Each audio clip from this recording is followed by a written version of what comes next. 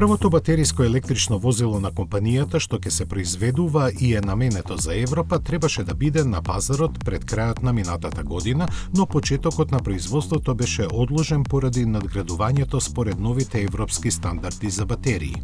Првите примероци на Explorer, како што објави производителот, ќе бидат испорачани на клиентите во август, со цел да го забрза воведувањето на електрични возила во Европа. Синиот овал има индустриско партнерство со Volkswagen Group.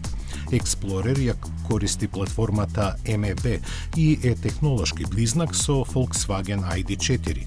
Ford ќе го произведува кросоверот во Келн.